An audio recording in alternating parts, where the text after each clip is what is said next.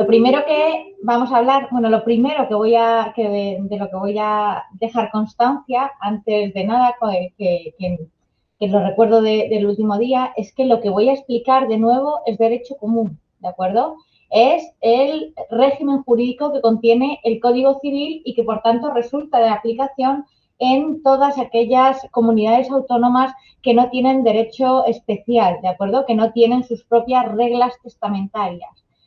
Vamos a hablar de, por tanto, la regulación que contiene el Código Civil, que es la aplicable en Castilla y León, ¿de acuerdo? Que bueno, es donde nos encontramos.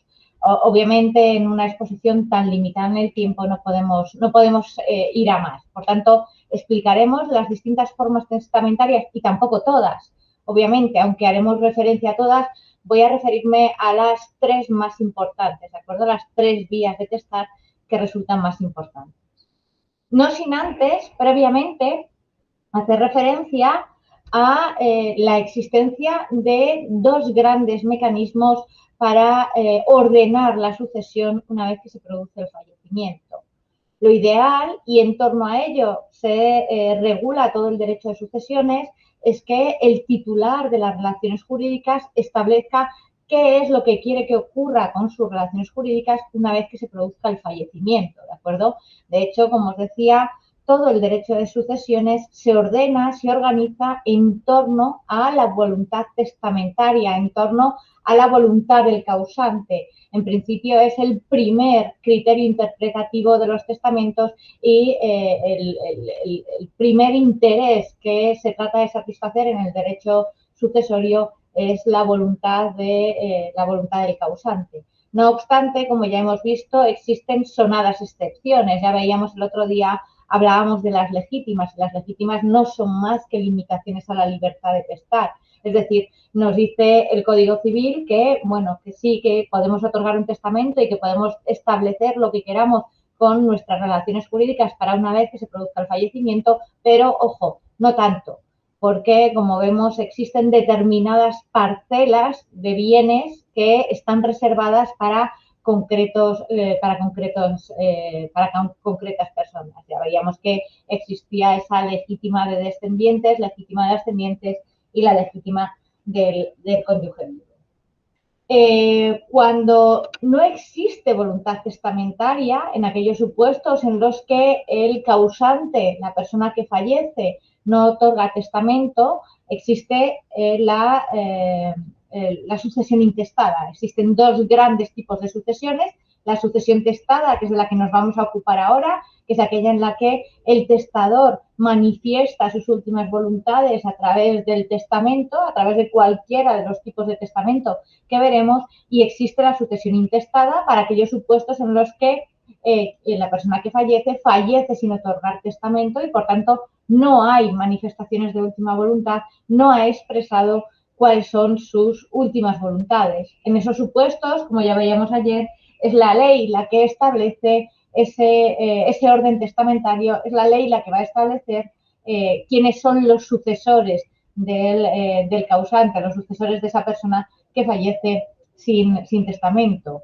La sucesión la denomina el Código Civil la sucesión legítima, generando muchísimo conflicto con las legítimas. En realidad es una sucesión legal más que legítima, de acuerdo, legal porque viene prevista en la ley. Se regula en los artículos 912 y siguientes, para aquellos supuestos en los que una persona fallece sin testamento o con un testamento nulo o con un testamento que pierda posteriormente la validez, ¿de acuerdo? Se establecen en esos preceptos quiénes son, mejor dicho, los sucesores cuando no hay un testamento en el que el testador ordena la sucesión. No obstante, hoy nos vamos a encargar del otro supuesto, ¿de acuerdo? Del supuesto de la sucesión testada, de aquellas situaciones en las que el causante, previamente al fallecimiento, lógicamente, ha decidido otorgar testamento, ¿de acuerdo? Vamos entonces a centrarnos en la sucesión testada, cuando hay manifestaciones de última voluntad, cuando el testador manifiesta qué es lo que quiere que se haga con sus relaciones jurídicas una vez que se produzca el fallecimiento. Y decíamos que parece lógico que de lo primero que hablemos sea de qué es el testamento. qué es el testamento. Una definición de testamento la recoge el Código Civil en el artículo 667, que nos dice que es el acto por el cual una persona dispone para después de su muerte de todos sus bienes o de parte de ellos. La definición que nos da el Código Civil en el artículo 667, el acto por el cual una persona dispone para después de sus bienes de todos, perdón, para después de su muerte de todos sus bienes o de parte de ellos, es una definición incompleta e incluso en algunos aspectos incorrecta, porque en realidad el testamento no solo es un documento en el que se dispone de bienes, ¿de acuerdo? Se dispone de más cosas aparte de bienes y además el testamento puede contener disposiciones que no sean de naturaleza patrimonial, ¿de acuerdo? Aparte de disponer de bienes, se pueden hacer muchas más cosas en un testamento. Y además puede contener el testamento disposiciones de naturaleza no patrimonial, como pueda ser, por ejemplo, el reconocimiento de hijos, como pueda ser, por ejemplo, el establecimiento de una tutela, ¿de acuerdo? Hay disposiciones de naturaleza no patrimonial que también se pueden contener en el testamento. No obstante, sí que deja entrever un poco cuáles son las principales características del testamento. En primer lugar, el testamento es un negocio jurídico en el que se contiene una declaración de voluntad, que es lo que yo quiero que ocurra una vez que fallezca. Es un negocio jurídico mortis causa. ¿Qué quiere decir mortis causa? Por causa de muerte. Quiere decir que es un negocio jurídico, mi manifestación de voluntad, que va a producir efectos ¿cuándo? En el momento en el que yo fallezca. El testamento está llamado a producir efectos en el momento en el que se produzca el fallecimiento. También se puede dejar en el testamento, como contenido del testamento, la decisión de donar órganos, ¿de acuerdo? O qué quiero yo que ocurra con mi cuerpo una vez que se produzca el fallecimiento. Es decir, se pueden contener muchas más disposiciones aparte de las meramente patrimoniales. Decíamos, un negocio jurídico, ¿por qué? Porque contiene una declaración de voluntad, una manifestación de qué es lo que yo quiero que ocurra con mis relaciones jurídicas, con mis bienes, con mi cuerpo, con una declaración de voluntad. Mortis causa, ¿por qué? Porque va a producir efecto una vez que se produzca el fallecimiento. Además, es una declaración de voluntad unilateral. ¿Qué quiere decir? Que proviene de una única persona, el testador. Es la única manifestación de voluntad que interesa. Es unilateral, no bilateral, porque no es necesario que sea aceptada por la otra parte. Nadie tiene que aceptar mi testamento. ¿De acuerdo? Mi testamento es válido y eficaz si reúne unos rigurosos requisitos formales, pero nadie tiene que aceptarlo. Otra cosa es que luego los herederos decidan o no decidan aceptar la cuota hereditaria, pero el testamento es válido y produce efectos con independencia de la aceptación. El derecho común, el Código Civil, el que se aplica aquí en Castilla y León, prohíbe el testamento mancomunado. ¿Qué quiere decir esto? Que cada testamento tiene que contener una única declaración de voluntad. Tiene que contener la declaración de voluntad de un único testador. De tal manera que si yo acudo con mi marido o con mi pareja a otorgar testamento y vamos los dos a otorgar testamento juntos, coincidiremos en el notario otorgando testamento, pero yo otorgaré mi testamento y mi marido, mi pareja, la persona con la que vaya otorgará el suyo. Eso es lo que quiere decir que se prohíbe el testamento mancomunado. No es posible testar dos personas en un mismo instrumento, ¿de acuerdo? Es decir, no pueden testar dos personas en un mismo testamento, por mucho que sean marido y mujer y uno vaya a testar en favor del uno y en favor del otro. No se puede. Cada uno tiene que otorgar su propio testamento, disponer sus últimas voluntades en su propio testamento.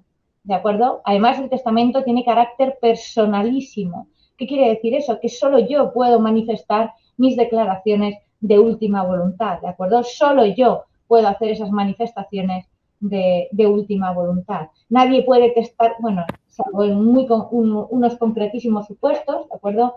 En los supuestos de la sustitución pupilar y la sustitución ejemplar, en la que es posible testar por menores de 14 años o por personas que han sido declaradas incapaces, pero no vamos a centrarnos en eso. Como regla general, ¿de acuerdo? El testamento tiene carácter personalísimo, por tanto, nadie puede testar por mí. Solo puedo hacerlo yo y disponer de mis bienes, de mis relaciones jurídicas para una vez que fallezca exclusivamente yo. Además, el testamento tiene la característica de que siempre es revocable. Yo puedo revocar mi testamento una y otra vez si así lo deseo. Puedo otorgar testamento, arrepentirme de esas disposiciones que contiene el testamento y volver a otorgar otro nuevo, íntegramente nuevo o nuevo en una porción. Perfectamente posible. Es posible revocar el testamento incluso aunque cuando yo vaya a testar diga, me prohíba a mí misma revocar el testamento. Si yo voy al notario y digo, bueno, este va a ser mi testamento definitivo y aunque vuelva a testar, no tenga validez el nuevo testamento, no tenga validez la revocación de este testamento, esas declaraciones no van a tener ningún tipo de validez. Siempre es revocable el testamento, es esencialmente revocable. Puedo arrepentirme una y otra vez, lógicamente, hasta el momento en el que se produzca el fallecimiento, el momento en el que ya no podré volver a arrepentirme, ya no podré modificarlo, desgraciadamente. Otra característica fundamental y esencial del testamento es que es un acto solemne y terriblemente formal, ¿de acuerdo? Está sometido a muchísimas formalidades, formalidades que no son un mero capricho del legislador, sino que tienen una finalidad, buscan una finalidad muy concreta. ¿Cuál es esa? La de asegurarnos, tened en cuenta que el testamento es un instrumento que genera importantes riesgos. Genera importantes riesgos porque está llamado a producir efectos una vez que se produce el fallecimiento de su protagonista. De tal manera que ese protagonista no va a poder decirnos qué es lo que quiso decir, no va a poder decirnos, sí, este es el testamento que yo firmé, efectivamente, este testamento contiene estas declaraciones mis declaraciones de última voluntad, esto es realmente lo que yo quería, esto es lo que yo quise decir cuando redacté o cuando me redactaron el testamento efectivamente. Como el titular de ese testamento ha fallecido en el momento en el que va a empezar a producir efectos ese documento, pues es necesario revestir ese instrumento, revestir ese testamento de un importante número de formalidades, formalidades que buscan garantizar que no ha habido captaciones de voluntad, que no se ha sustituido esa declaración de última voluntad por otra, que no se ha engañado al testador cuando estaba testando, que el testador estaba en perfectas condiciones, en perfecto uso de sus facultades mentales en el momento en el que elaboró el testamento.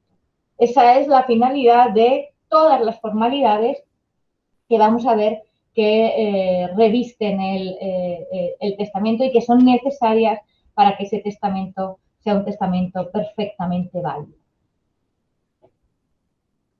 Fundamental a la hora de valorar la validez y la eficacia del testamento es que se haya valorado la capacidad del testador.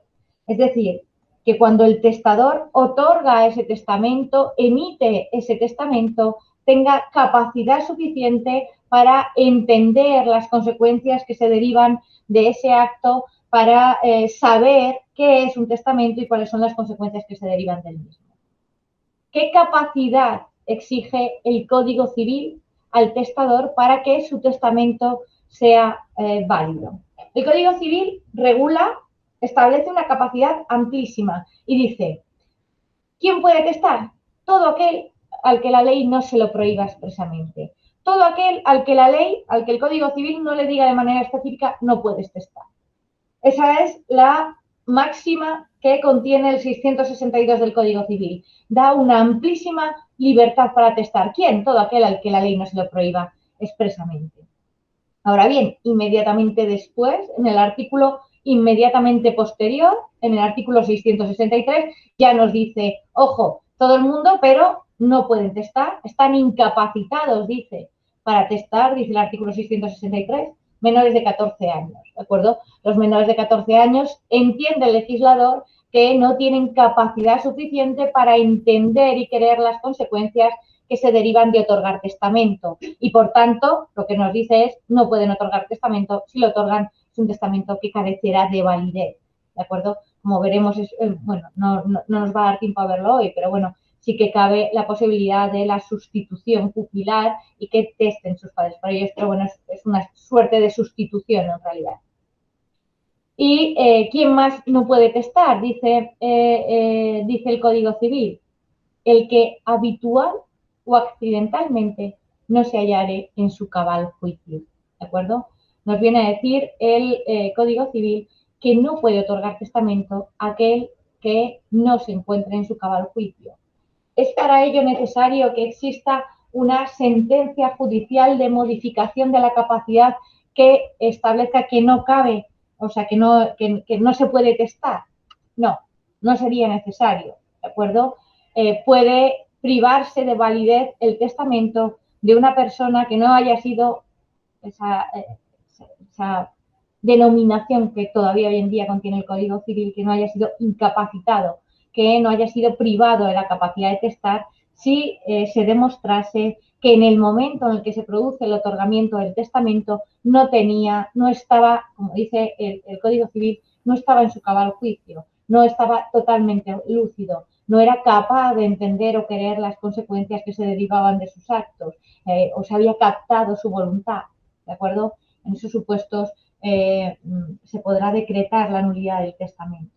Para eso es muy importante que intervenga un notario en el otorgamiento del testamento porque se evitan muchos pleitos relativos a la capacidad o falta de capacidad del testador en el momento de otorgar testamento. Ahora bien, hay que tener en cuenta ese detalle, ¿de acuerdo?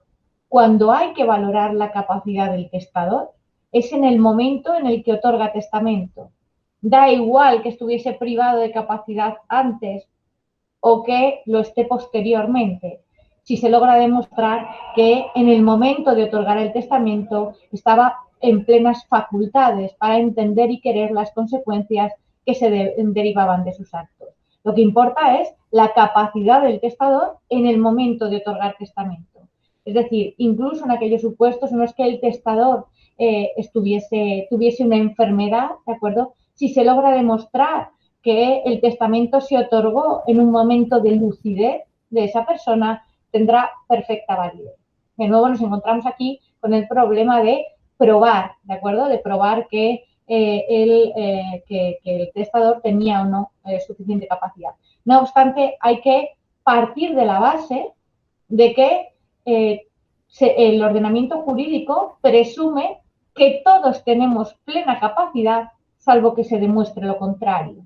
¿De acuerdo? Se podrá demostrar lo contrario a través de una sentencia de modificación de la capacidad o demostrar que efectivamente una persona estaba gravemente enferma, tenía graves alteraciones que le impedían otorgar testamento de una manera plenamente consciente.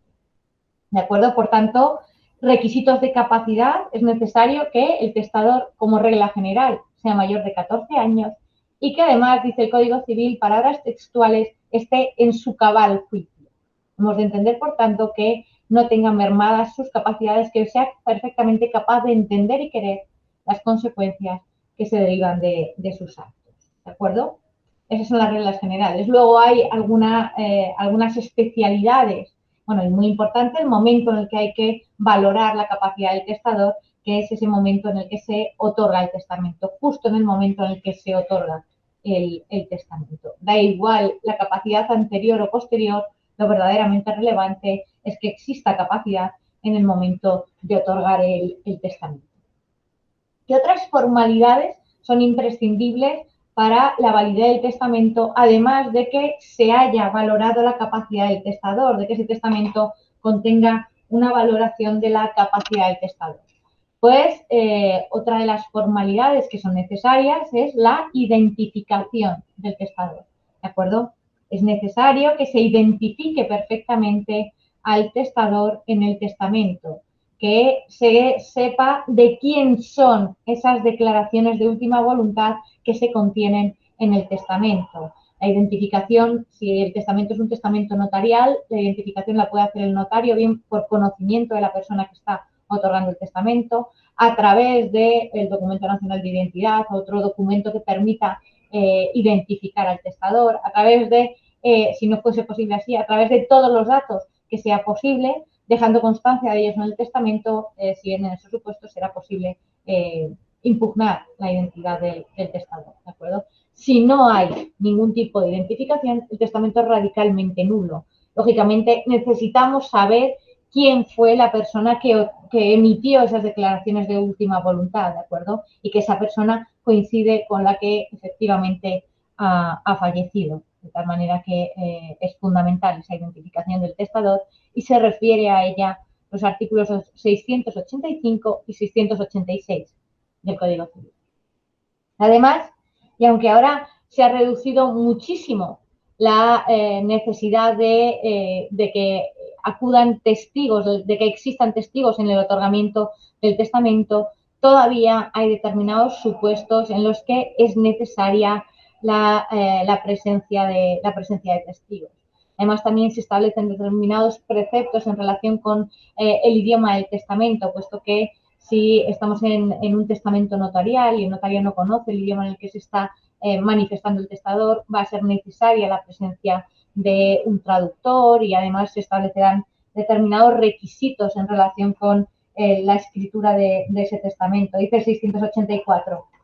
Cuando el testador exprese su voluntad en lengua que el notario no conozca, se requerirá la presencia de un intérprete elegido por aquel que traduzca la disposición testamentaria a la oficial en el lugar del otorgamiento que emplee el notario.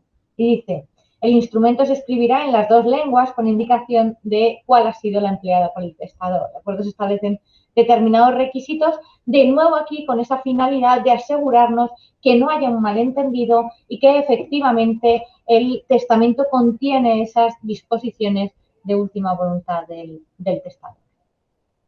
¿Cuáles son los tipos de testamento que contempla el Código Civil?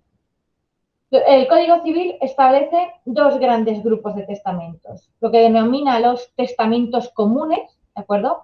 Los testamentos comunes que se dividen además en testamentos comunes ordinarios y testamentos comunes extraordinarios y los testamentos especiales, a los que no nos vamos a referir, ¿de acuerdo? Son el testamento militar, en el supuesto de que exista campaña militar, el testamento marítimo, cuando no es posible, cuando se está embarcado y no es posible desembarcar para otorgar testamento, o el hecho en país extranjero, ¿de acuerdo?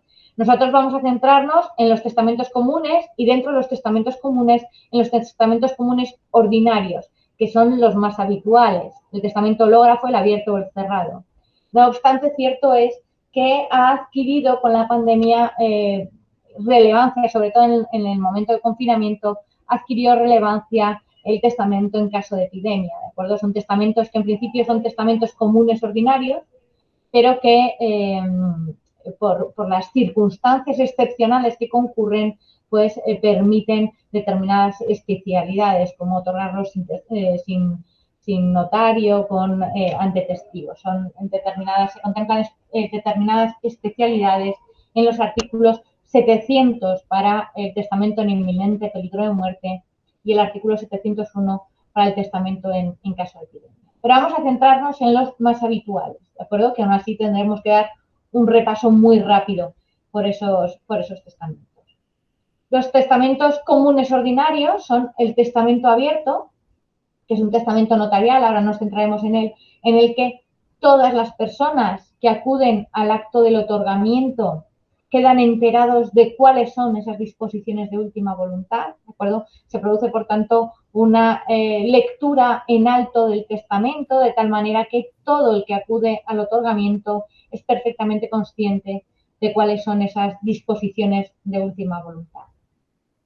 El testamento cerrado es un testamento también notarial, también requiere notario, pero como especialidad, a diferencia de lo que ocurre con el testamento abierto, en este caso, quienes acuden al acto del otorgamiento no se enteran de cuáles son las disposiciones de última voluntad.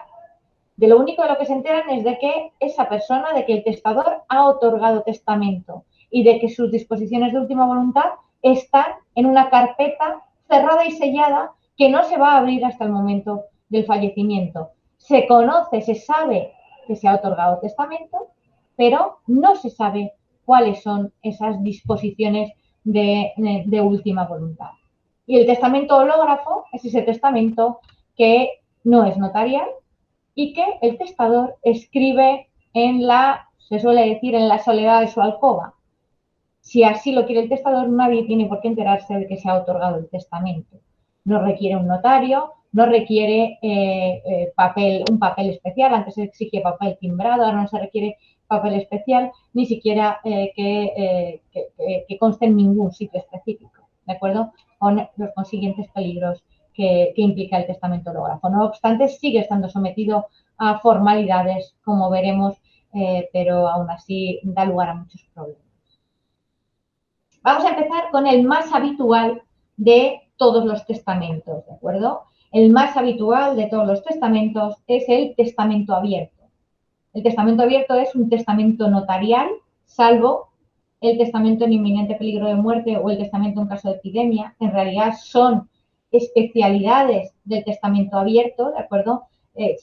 Sería un testamento abierto, pero que no requiere notario por las especialísimas circunstancias que se dan en el momento del otorgamiento, porque el testador está a punto de fallecer, ¿de acuerdo? Y no tiene testamento y no quiere fallecer sin testamento, en cuyo caso se permite que pueda otorgarlo ante unos testigos. Lo que ocurre es que, bueno, si no se produjera el fallecimiento, ese testamento va a caducar, ¿de acuerdo? Exactamente igual en el supuesto del testamento en caso de epidemia. Dadas las especialísimas circunstancias, se permite otorgarlo sin notario ante testigos, no es necesario ni siquiera que se escriba. Lo que ocurre es que si no se produce el fallecimiento, ese testamento caduca y deja de tener valor. Decíamos, la principal característica del testamento abierto es que es un testamento notarial, por tanto, interviene un notario en su otorgamiento con las garantías que ello supone, tanto en lo relativo a que se van a respetar las formalidades que establece la legislación, como en lo relativo a las disposiciones de última voluntad, que también van a observar las limitaciones a esa autonomía de la voluntad que contiene la legislación, es decir, pues si interviene un notario vamos a saber que las legítimas están bien otorgadas, de acuerdo, están bien reservadas, que se cumplen todos los requisitos formales, se va a dar mayor garantía de que la capacidad del testador sea valorada de manera adecuada, de que la identidad del testador se deja perfectamente constatada en el testamento. Es, por tanto, un testamento notarial con los beneficios que ello implica. También es cierto que es el testamento que hay que pagar esos honorarios del notario, ¿de acuerdo? Lo que no ocurre, por ejemplo, en el testamento hológrafo, que no tiene costes para el testador, pero sí que los va a tener bastante más importantes para los herederos, ¿de acuerdo? El testamento abierto es un testamento notarial, el testador es quien paga al notario y, por tanto, no conlleva gastos para los herederos porque ya está pagado el testamento por el testador. Y además es un testamento que no caduca nunca. Otra cosa es que yo lo quiera revocar, ¿de acuerdo? Pero si yo no lo revoco, tiene una validez totalmente indefinida ese testamento que además queda en el protocolo del notario. ¿Cuáles son los requisitos del testamento abierto? Que se otorgue ante un notario hábil, ¿de acuerdo? Ante un notario que tenga capacidad en esa circunscripción, que sea un notario hábil, por tanto, y se requerirán testigos solo en 3 supuestos, ¿de acuerdo? Solo es necesario que concurran testigos al otorgamiento del testamento en 3 supuestos. Cuando el testador no sepa o no pueda firmar el testamento, en aquellos supuestos en los que el testador no sabe o no puede firmar el testamento, tendrán que acudir al acto del otorgamiento testigos.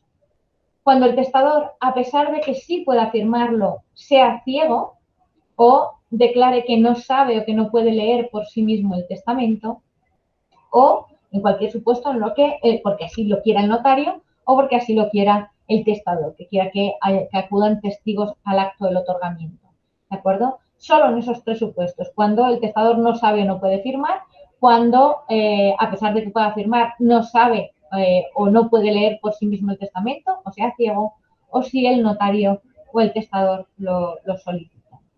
Al acto del otorgamiento también pueden tener que concurrir testigos de conocimiento que den fe de la identidad del testador, de acuerdo en aquellos supuestos en los que no se puede identificar de otra manera, o cuando tenga que acudir un facultativo a valorar la capacidad de ese testador, de acuerdo, cuando se pueda poner en duda que el testador tenga capacidad suficiente para otorgar testamento, se puede pedir, el notario puede pedir a un facultativo que lo examine, ¿de acuerdo? Y que acuda al acto del otorgamiento. Los traductores, cuando el testador se manifieste en un idioma que no conozca el notario, esos, pueden tener que acudir al acto del otorgamiento, ¿de acuerdo? Pero como regla general acudirán el notario, el testador, los testigos en los supuestos esos en esos 3 supuestos en los que puede ser necesario y, bueno, en esas circunstancias excepcionales también testigos de conocimiento, facultativos o traductores pueden tener que acudir. Decíamos, ¿cuál es la principal característica del testamento abierto? Que es un testamento notarial en el que el testador manifiesta en alto sus declaraciones de última voluntad. ¿De acuerdo? Bueno, no es que las manifieste en alto, ahora veremos cómo se hace, pero todos los que acuden al acto del otorgamiento van a conocer cuáles son esas disposiciones de última voluntad. Es la principal característica y lo que lo diferencia de otros testamentos. ¿Cómo se hace el testamento abierto?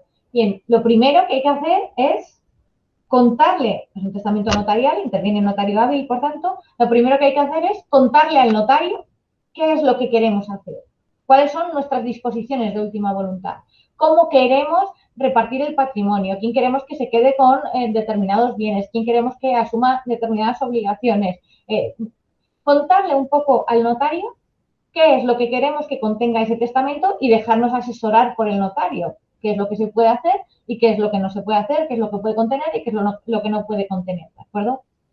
Esa manifestación, esa expresión de la voluntad que se le realiza al notario puede hacerse bien oralmente o bien por escrito, ¿de acuerdo? Nosotros podemos otorgarle unas notas al notario diciéndole qué es lo que queremos hacer o bien se lo podemos contar oralmente. Una vez que el notario conoce cuáles son nuestras voluntades, nuestras últimas voluntades, es el notario el que redacta el testamento, ¿de acuerdo?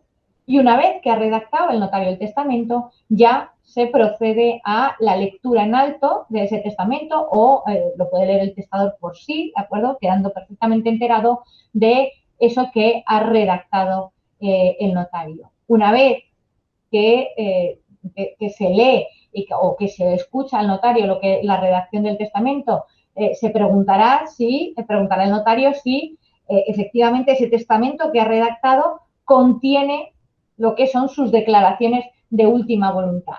Y en el supuesto de que el testador esté de acuerdo con esa redacción del testamento que ha realizado el notario, se procederá a la firma de ese testamento. El notario dará fe notarial de que conoce al testador, de que lo ha identificado perfectamente, de que ese testador en ese momento tiene plena capacidad para entender y querer el contenido de ese testamento, por tanto, es ese testador, da fe de su identidad, de que tiene capacidad suficiente para entender y querer y de que ha manifestado que efectivamente esa redacción que ha hecho el propio notario del testamento contiene sus declaraciones de última voluntad, ¿de acuerdo?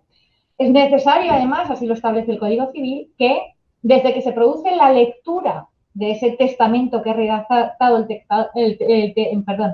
desde que se produce la lectura de ese testamento que ha redactado el notario, ¿de acuerdo? Hasta que se produce la firma del testador, el otorgamiento del testamento, se hace todo en un mismo acto, para evitar así que pueda haber ningún tipo de modificación en el testamento, ¿de acuerdo? Y que efectivamente ese testamento que se ha leído es posteriormente el que se otorga, ¿de acuerdo? De tal manera que efectivamente ha podido manifestar el testador que ese testamento contiene sus declaraciones de última voluntad. Este es el testamento, como decimos, más habitual, ¿de acuerdo? En el que se va al notario, se le cuenta qué es lo que queremos que contenga el testamento, el notario lo redacta, nos lo lee y, si estamos de acuerdo, lo firmamos en el mismo acto del otorgamiento, se da fe notarial de conocimiento de la identidad del testador y de la capacidad.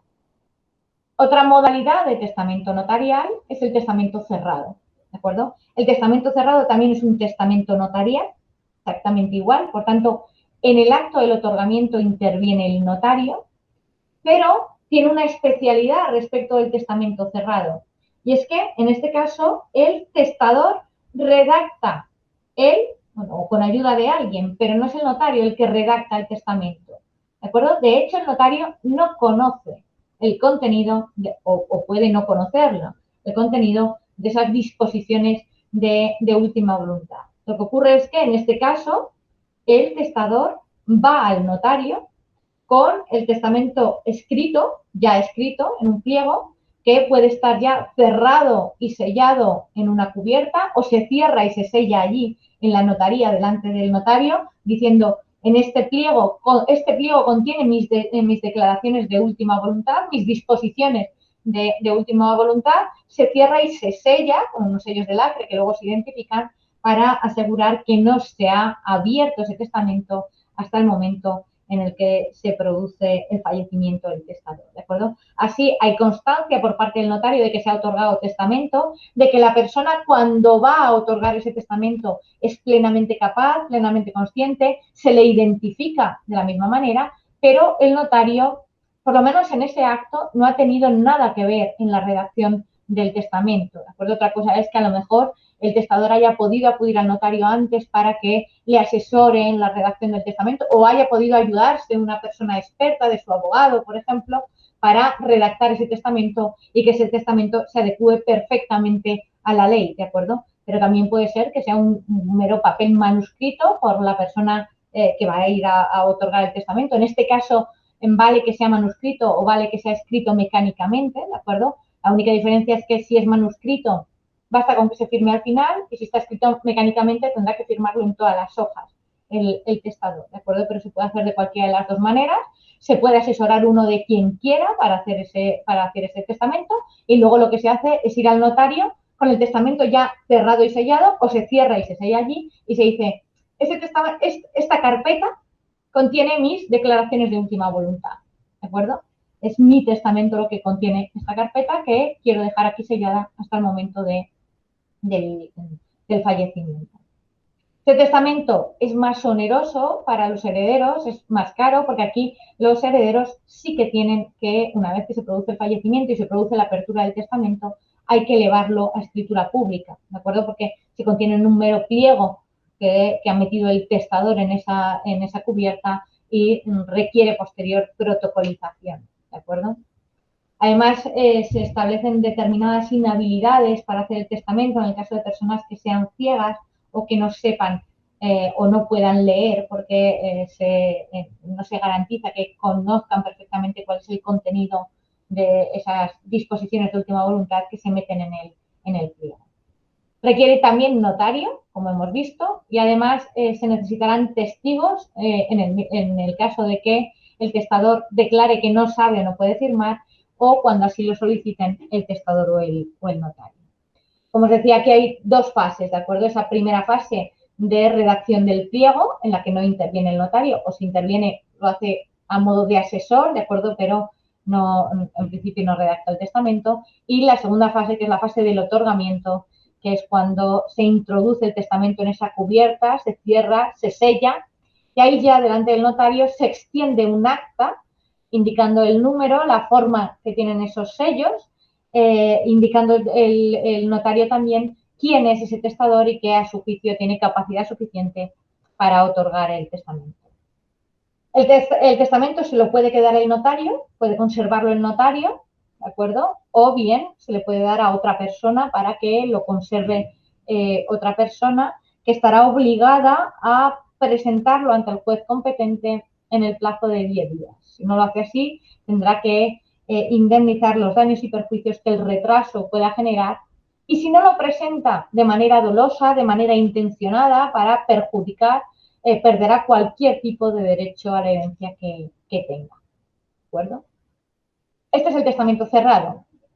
El último de los testamentos que vamos a ver es el testamento hológrafo.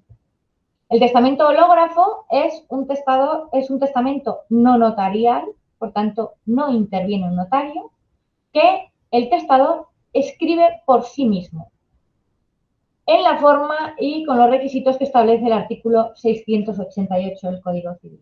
¿Qué es lo que exige ese artículo 688? En primer lugar, se establece una excepción a la regla de capacidad. Si hemos visto que como regla general se requiere ser mayor de 14 años para otorgar testamento válidamente. Si lo que pretendemos es otorgar un testamento hológrafo, no bastan los 14 años. Es necesario ser mayor de edad, tener 18 años, ¿de acuerdo? Para otorgar testamento hológrafo se requiere la mayoría de edad. Además, es necesario que esté íntegramente manuscrito, ¿de acuerdo? No vale escribirlo a máquina, no vale escribirlo por ordenador. Tiene que estar íntegramente manuscrito por parte del testador.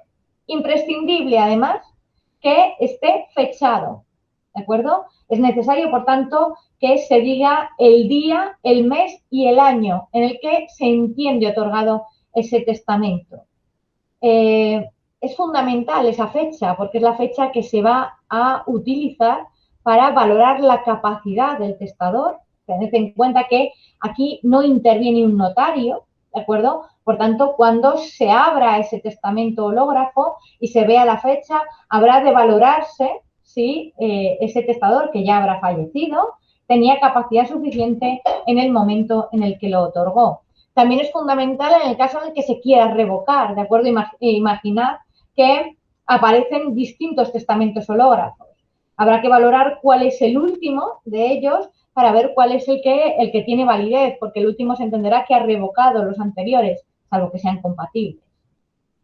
Imprescindible también que esté firmado por el testador, ¿de acuerdo? No tanto para la identificación, que se realiza también a través de ese carácter manuscrito del testamento, sino para que ese testamento tenga ese carácter de negocio jurídico acabado, como que le da solemnidad, como que lo diferencia de meras notas, meros borradores que puedan tener. El hecho de que aparezca la fecha y la firma es lo que le da ese carácter de documento jurídico acabado, de auténtica voluntad testamentaria, ¿de acuerdo? Además, bueno, en el supuesto de que haya tachones o en el supuesto de que se introduzcan enmiendas, habrá que salvar esos tachones, esas enmiendas con una firma diciendo vale lo tachado o no vale lo tachado, ¿de acuerdo? Para que quede claro que esos tachones, esas palabras que se puedan escribir entre renglones, lo ha hecho el propio testador y no son tachones que se hacen a posteriori o que sean o renglones que se añaden a posteriori.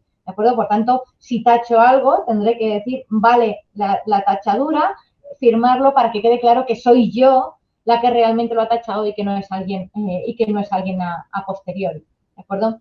Como veis, es un testamento que plantea más problemas valorar si la identidad del testador, esos testamentos hológrafos hay que posteriormente no solo protocolizarlos, como el testamento cerrado, sino también adverarlos, ¿de acuerdo? Hay que acreditar que realmente pertenecen a quien se dice que pertenecen.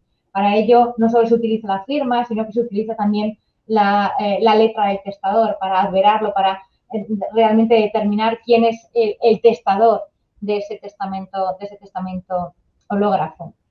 Hay que presentarlo, además, al juez competente en el plazo de 10 días desde el momento en el que se produce el fallecimiento. Si no se presenta, pues de nuevo habrá que indemnizar daños y perjuicios o se pierde el derecho a la herencia si se hace de manera dolosa, ¿de acuerdo? Por tanto, bueno, hay que ver a quién se deja ese testamento hológrafo, en una persona en la que se tenga confianza de que primero no lo va a modificar. En segundo lugar, lo va a presentar ante el juez competente en ese plazo de 10 días. Además, si ese testamento no aparece en el plazo de 5 años desde el fallecimiento, caduca, ¿de acuerdo? Es necesario que se presente ante el juez competente en el plazo de 5 años desde el fallecimiento, ¿de acuerdo? Para que no caduque. Y desde luego es el más caro para los sucesores, para los herederos, porque requiere de esa adveración y de esa protocolización. ¿Cuáles son los problemas que plantea?